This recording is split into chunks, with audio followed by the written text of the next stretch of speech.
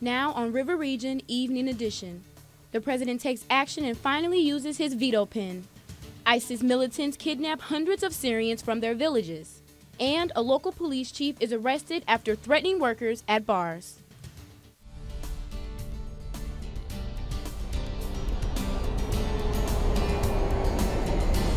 News from around the world, across the nation, and here in the River Region.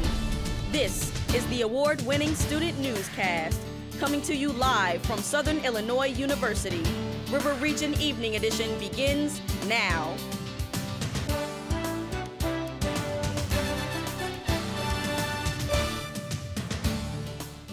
President Obama kept his promise and vetoed the Keystone Pipeline bill this afternoon. Good evening, I'm Zach Barrett.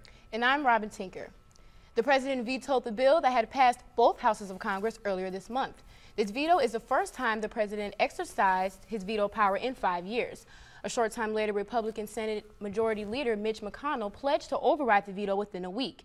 The pipeline would connect tar sand crude oil in Alberta, Canada, an existing pipeline in Nebraska. It would allow energy company TransCanada to pump oil to refineries in the Midwest and Gulf Coast. Terrorists stormed a Syrian village and kidnapped as many as 100 Christians. The Islamic terrorist group stormed the northeastern village of Tal Tamar. The ISIS militants abducted children, women, and the elderly. However, nearly 700 families escaped the onslaught, with 600 of them taking refuge in a cathedral in northeastern Syria. The struggle is not over for those who escaped. Many are looking for shelter, food, water, and other basic necessities. As Black History Month nearly comes to an end, an SIU organization hopes to instill Black togetherness to reach beyond February. Reporter Simone Woolridge has more. Thug, ghetto, rapper, athlete. Just a few stereotypes some of these African-American students have heard from conflicting faces. The Association of Black Psychologists hosted its annual Don't Believe the Hype event, a function intended to address cultural issues around the world. Students were able to express themselves through skits, dances, songs, and their overall voices. Organizations across campus came together to break the mold. Now, through these doors, students were able to describe their passions, hurt, and fears through props like these to get their point across. Poems were read, acts were played, and songs were sung to portray what African American students can do to rise above and express who they really are. Like, I just see everybody as souls. Like, I don't see anybody as what their color is, what they wear, what the judgmental ways is looking at people. Like, it's just, I'm just saying, like, I'm just me. Independent blank faces are exactly what the performers wanted the audience to see. Sophomore Brianna Rogers, originally from Memphis, says her down south pre-connotations follows her every day. But she says there are many ways to move forward. We have to be okay with communicating with one another. If we can't, talk about the things that makes us different, then, we're going to sit around and put circles and labels on them. The annual event promoted Black excellence, sister encouragement, and change. For Evening Edition, I'm Simone Woolridge. Although this was the last big event of the year for the Psychologist organization, they welcome new faces to their weekly meetings held every Tuesday in the Lawson Building, room 101. Putting salt on the roads helps keep drivers safe, but what's it doing to your vehicle? The salt not only makes vehicles dirty, but it can also affect the car mechanically. Components such as the brakes on vehicles can be compromised if the salt is not removed quickly. While nothing can be done to prevent salt from getting on your car, owner of Today's Technology in Carbondale, Todd Darnstead, said care for your vehicle after the winter storm is important. Your vehicle, especially after there has been a snow or an ice event where you can physically see salt trucks out on the road and they're spreading salt on the road. Arnstead goes on to say if you don't want to get out into the cold to wash your car, at least go through an automated car wash that cleans underneath your vehicle. Touch of Nature has connected nearby trails and opening them to the public. Clearing with student workers starts for the first time on Sunday in March, and the public is encouraged to volunteer. They're clearing trails to tempt people to go hiking. It's very rewarding to see something that you've built with your hands, and gives a lot of folks a chance to enjoy the place. If you're coming in as a regular member of the public who just wants to go hiking for a beautiful spot, that's it. If you're interested in becoming a volunteer, you can call Touch of Nature at 618-453-1121. Well, we saw some bright skies today, some nice temperatures. Definitely. And we may have some increasing temperatures in the days ahead. Courtney has our first look on weather. Absolutely. Well, that sun was out today, which is something we haven't been seeing for quite a while. And the temperature is at about 30 today. So actually it felt nice and warm, which we wouldn't have thought before some of those sub-zero temperatures rolled around. Tonight we'll have a low of 18 degrees, which really isn't too cool compared to what we've been experiencing. By morning 20 and by midday 35 degrees. So another what will seem like a warm day compared to what we have been experiencing tomorrow. But some possible snow in my later forecast, and you better prepare for some more ice on its way, but a possible warm up on its way for the weekend as well. Stick around for my full forecast to figure out those full details. Thank you, Courtney. Another woman has stepped forward claiming Bill Cosby sexually assaulted her. And 6 new river boats will soon take passengers up and down the Mississippi.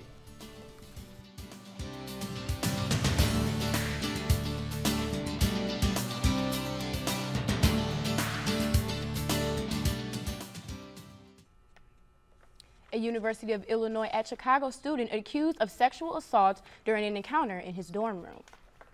19-year-old Muhammad Hussain is charged with aggravated criminal sexual assault after attempting to reenact scenes from the film 50 Shades of Grey. Hussain allegedly choked the woman and then covered her eyes before the alleged sexual assault. Hussain is accused of striking the woman with a belt and his fists. Hassan's attorney said in court Monday that her client believed the encounter was consensual. He's being held on $500,000 bond. Judge John Kennedy is expected to try 21-year-old Parkland College students Reginald James Scott of Champaign and Daniel Gonzalez of Cicero. The two are accused in the slaying of 20-year-old Vincent Mundo. On January 25th, Mundo was shot in a parking garage of his Champaign apartment while attempting to flee an armed robbery. Mundo was found 6 days later south of Savoy. Kennedy was granted Gonzalez's attorney request for a new judge. He assigned the case to Judge Heidi Ladd. Bond for both men has been set at $2 million each. 3 years after the death of 17-year-old Trayvon Martin, the Justice Department confirms that no charges will be held against George Zimmerman. The case reappeared as Florida prosecutors attempted to charge him with manslaughter and murder. The jury claims the prosecutors did not have enough evidence to prove to the court. Protesters continue to seek justice and spread awareness of Martin's death. A police chief of a small southern Illinois town has been arrested on charges of intimidation and official misconduct. Orion's police chief Joe Brown is accused by the Franklin County Sheriff's Office for threatening people with a gun at 2 different bars on Saturday night. He was later arrested on Monday. Authorities say that the owner of one of the bars has also filed a restraining order against Brown. Orient Mayor Pete Wickowitz stated that Brown has been suspended and asked to resign. Wickowitz also recommended to Orient City Council that Brown should be fired if he does not step down within the next week. And another victim has come forward accusing Bill Cosby of sexual assault in 1984. Haiti Thomas says she was an aspiring actress when agent Amy Maloney contacted her, saying actor Bill Cosby was looking for a young person to mentor. Thomas flew out to Reno, Nevada, where Cosby was performing. Thomas says when she arrived, she was taken to a house outside of Reno to meet with Cosby. Once there, Cosby gave Thomas alcohol and sexually assaulted her. Thomas has remained silent until now, saying she felt that maybe her story could help create a culture that listens. Some new river boats will be sailing up and down the Mississippi River. Viking River Cruises plans to put 6 boats on the Mississippi that can hold up to 300 cruise passengers. Viking is well known in Europe and Asia, where the line specializes in river cruises. The boats will be based in New Orleans, the first American port for the company, and the river boats will make stops in St. Louis, Memphis, and St. Paul beginning in 2017. The first lawsuit associated to the superbug bacterial infections was filed Monday. 2 patients have died and not least 5 others have been infected with the deadly bacterial bug. Court documents express the suit is in fact against the manufacturer of the endoscopic equipment and not the hospital itself.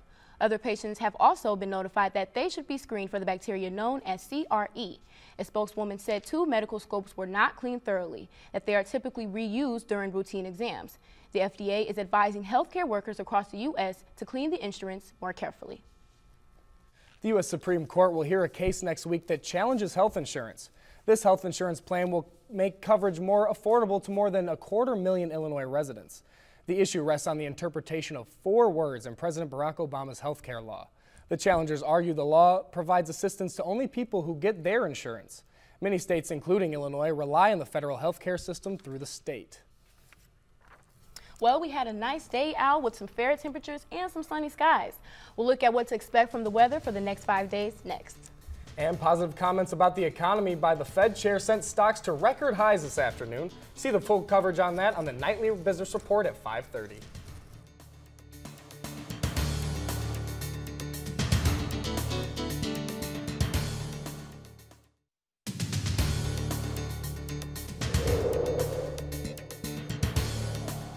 Absolutely. Well, we had some nice sunny skies out there today, and it seemed almost warm compared to what we have been putting up with. Unfortunately, we'll have some more snow later on in the week and some single-digit nights still to come, but hopefully there will be warmer temperatures in the weekend. Actually, not hopefully, for sure there will be, and we're hoping that those will stick around into next week. Right now, we're looking at about 30 degrees out there. Probably a high of 31 is what we reached today. Pretty mild temperatures anyway, or they seem mild compared to what we have been dealing with, but earlier on, probably a month ago, we would not have considered this mild at all. Luckily, we will be reaching above freezing tomorrow to still help melt some of that snow and ice. As you can see, we're about in the middle here today. We dealt with 30 degrees, so our average high is 48, so well below average, but the average low is 27, so we're more around the average low. But we're nowhere near that record high or low, which is great because we would not have wanted to deal with 6 degrees today. It was nice to have that sun to remind us that we still have a little warmth and that it will be coming later on. Belleville, 41 degrees, all the way up there compared to us at 30 degrees, what felt like about 20. So we are still feeling a lot cooler because of that mild wind. Even though it's only about 5 miles per hour, it's still enough to cool you off whenever you're talking low enough temperatures. Paducah down to 29, feeling like 19. So Belleville's a lot higher than what we're dealing with anyway. Maybe they got a little more sun than what we've been dealing with, even though we had a nice amount. As you can see, there's a lot of freezing rain to our east, but we're dealing with none of those large low pressure systems. You can see heavy snow to our south and our north, but we're kind of in the safe zone is what it looks like. So if you thought maybe you had a reason to complain today, at least you have something to be happy about, that we weren't dealing with any of that really heavy snow today. A nice viewer photo shows that that snow is melting. It's off the roads, which I'm sure you noticed, but walking is still a little bit of trouble on some parking lots because any snow that was there, any rain that was there is now hardened, so you had to make sure that you watched your footing, and unfortunately that's going to be true throughout the next few days, but throughout the weekend we're looking at a high of up to 40. Tonight, a low of 18 degrees with still mild winds, but it's enough to cool you off anyway with temperatures that cool. By tomorrow, a high all the way up to 35, which is going to feel fantastic. Partly cloudy skies, so at least we'll have a hint of that sun again. And by tomorrow night, a low of only 21, which is going to seem nice, but unfortunately that snow is rolling in. About a 30% chance of snow tomorrow night. But hopefully it will be less than an inch. We're not looking at anything more than that at this time. Thursday, a high of 28 degrees, and that low dipping all the way down to 6 degrees as that snow rolls in. Like I said, less than an inch. Friday, high of 21 with a low all the way down to 8. Saturday, we're warming up to what will feel warm at 31, and Sunday all the way up to 41, but unfortunately a wintry mix, about 50 to 60% chance. So make sure that you're preparing for that because that stuff will probably freeze over a little bit, but hopefully it'll be melting. We're all the way up to 41, so there's something to look forward to. I just hope those temperatures come back soon. Yeah, I hope they stick around. Thank you, Courtney. You're welcome. The SIU women's tennis team played Eastern Illinois last night in an exciting matchup. And the Chicago Bulls are on fire as they went neck and neck with the Milwaukee Bucks last night. Sydney Kessler is here with more in sports. Sydney. Well, the SIU swimming and diving team just can't seem to keep their names out of the headlines. The men's golf teams are currently in Arizona as they're hoping to push through their unlucky streak. And if you've ever wondered what goes on behind the scenes of your TV screen, we've got some news for you. Now don't touch that remote. I'll be back in just less than 90 seconds.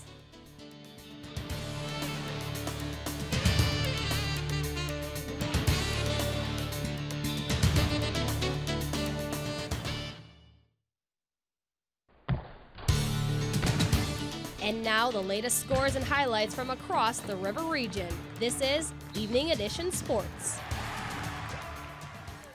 Well, the women's tennis team snapped a 6-match losing streak by defeating Eastern Illinois in a 5-2 victory. The Salukis won with strong performances in doubles, coming away with wins in the number 1 and number 3 positions. The women also left the courts with 4 single wins as well. The Salukis are now 2-6 for the season and undefeated at home. The Dogs will be playing at home again on Friday to face Austin Peay at 4:30, followed by Northern Illinois on Saturday at 9 a.m.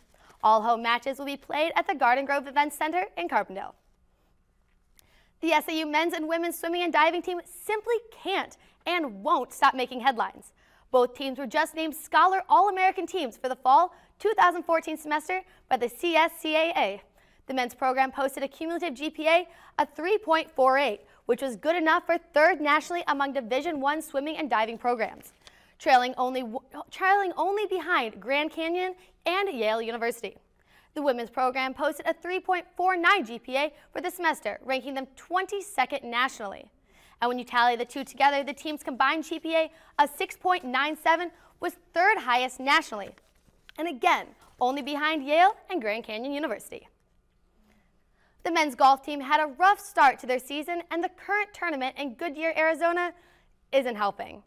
After day 2 of the Snowman getaway, the Dogs seemed to be in a deep freeze as they slipped 2 spots to 16th place out of 17. Southern shot a team score of 311 in round 2 after carding a 305 on the first day. The top player of the day 2 was Andrew Mitchell, who shot a 3 over par 75. He recorded 4 bogeys, 1 birdie, and parred the rest of the course, tying him for 50th place out of 100 golfers. The next time the Dogs meet up will be at the UT Martin Grover Page Classic in Tennessee on March 9th to the 10th. Now, do you ever wonder what goes on behind the scenes when you flip on ESPN, SportsCenter, or even Saluki All Access? Well, here at SIU, students are able to participate and even get jobs in these behind-the-scenes careers. Every semester, students are able to take classes in media and sports production. Here, these future producers, directors, and videographers help broadcast some of the SIU sporting events that occur throughout the year. Saluki Athletics has partnered with the School of Mass Communications to create this class that basically allows for students to have a chance to get hands-on experience working all kinds of different live sporting events, whether it's volleyball, whether it's men's basketball, women's basketball, football, baseball, softball. There's a little bit of everything. Tune in Thursday at 5 to hear more about the video service program on the monthly edition of Saluki Sports View. Although the weather might not be an indicator, baseball season is soon approaching, and things have certainly heated up for the Chicago Cubs this past winter. After an 89-loss season, Cubs president Theo Epstein made some major improvements across the board this past offseason. To go along with power performers Starlin Castro and Anthony Rizzo, Chicago added some much-needed star power. Manager Joe Madden, Miguel Montro, Dexter Fowler, and most notably 2-time World Series champ John Lester will be joining the Cubs this spring. Currently, the lovable losers have 14-1 odds to win the World Series this season, giving hope to the fans that the curse may finally be broken. Well, hockey fans, believe it or not, the season is halfway over. The St. Louis Blues have been all around the nation lately in hopes of a Stanley Cup ending. However, the Blues lost their last game to Sidney Crosby and the Pittsburgh Penguins 4-2. St. Louis will attempt to rebound off their previous loss as they take on the Montreal Canadiens tonight in St. Louis at 8 p.m. Now moving north, the Chicago Blackhawks are currently on a 3-game slump as they have lost to Detroit, Colorado, and Boston. The Hawks will be taking on the Florida Panthers tonight at home in hopes of breaking their 3-game losing skid. The puck drops at 8:30 p.m. And the Chicago Bulls are proving to be a force in the Eastern Conference as the team won its 6 out of the last 7 games. Now we're going to jump here into the 4th quarter of the game. Aaron Brooks drives to the basket, puts his shot as high. Luckily, though, Jimmy Butler is there for the putback slam. Later on the 4th quarter, Derrick Rose is trying to inbound the pass and dishes a beautiful assist to Joakim Noah for the easy slam dunk. Rose driving up the basket, gets caught up in traffic, but dishes it to Nikolai Meritek for the shot from downtown. Look at him. He's on fire this game. And he should be, as the Bulls would go on to win 87-71. Thank you, Sydney. We'll be looking forward to Saluki Sports View on Thursday, too. Yeah, definitely be sure to turn into that. It's going to be a great show. All right, thank you, Sydney. Thank you, guys. Coming up, we're going to have a final look at what's going on with the weather. And a lucky guy who wins over $200 million from a $5 quick pick.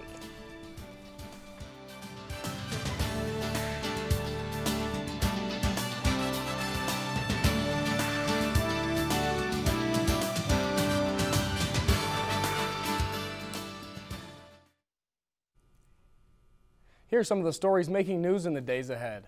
The Spring 2015 Career Fair begins tomorrow in the Student Center ballrooms.